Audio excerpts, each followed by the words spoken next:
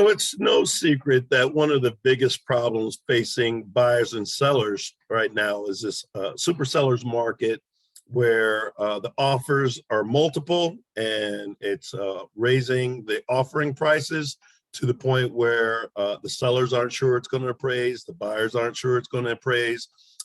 Deals are falling apart because if it's too high, maybe the buyers feel like they cannot afford to pay that gap because the sellers are saying, you know what, I'm getting all these offers. If it comes in low, you as the buyer have to bridge that gap. And the buyer's like, well, maybe I don't have that kind of money. So what's the solution to that to help save some deals? I'm going to share this with you and some other strategies in this little short episodic.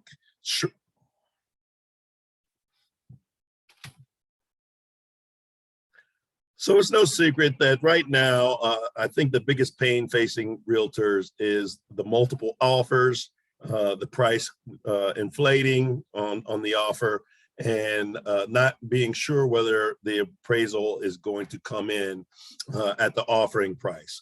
For the sellers, they want to make sure that the buyer has enough to bridge that gap because it is a super sellers market. So you listing agents can pretty much ask for whatever you want. And as the buyer, sometimes you're not sure whether you can bridge that gap. It's a new day and age. It's no longer either splitting the difference or just walking away. So how do you solve that problem as a buyer and the seller, actually, if that appraisal is coming in lower than the offer price? And I'm going to be doing a couple series this week on some of the solutions to what's going on in the market right now. So let me share my screen with you real quick. All right, so we have a scenario here, $300,000 purchase price, 20% down, meaning loan amount of $240, interest rate is 4%, payments $1,550, and cash to close is $72,000. That's in a normal market, which we are not in right now. So what happens if the appraisal comes in short? Let's say it comes in at 273. Sellers are saying, well, you as a buyer, you have to bridge that gap. And what is that going to look like? And as a buyer, you're really only concerned with really three things. What is my rate going to be? What is my payment going to be? And what is the cash to close? Normally in this situation, if you're going to have to bridge the gap, in this situation, let's say it comes in at 273, but you want to have the same loan amount, you want to have the same interest rate, and you want to have the same payment.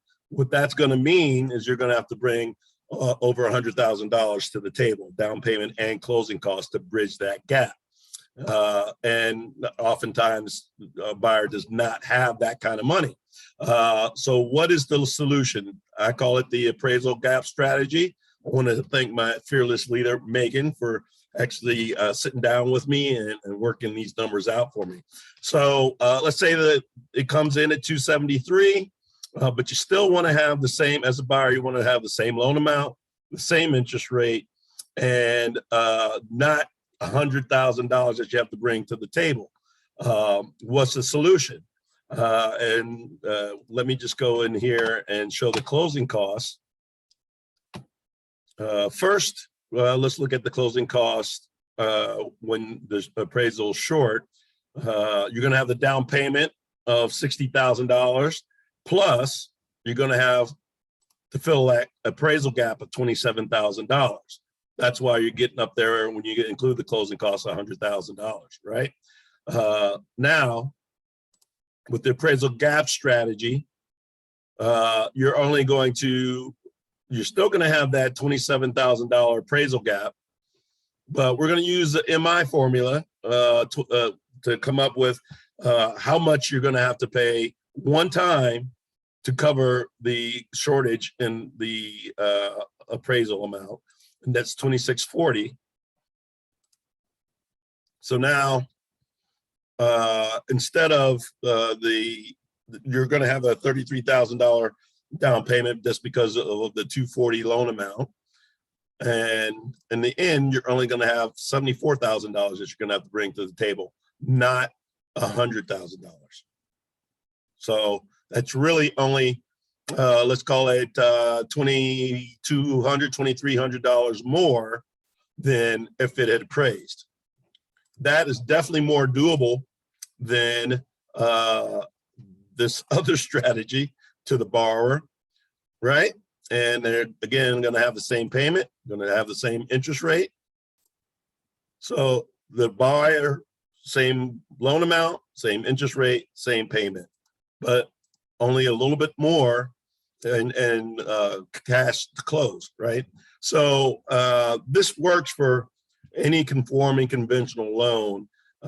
If you want me to run numbers on an actual scenario that you may be involved in, please feel free to reach out to me, 814-777-0757, or you can email me at ba@collablending.com.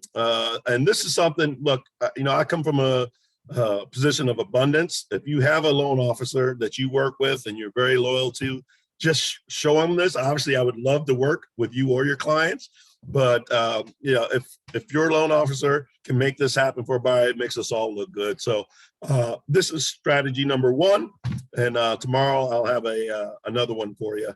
But this is, I didn't want to get too much into the weeds and get too nerdy, but I think this is a solution that's going to save deals for you, buyers and sellers.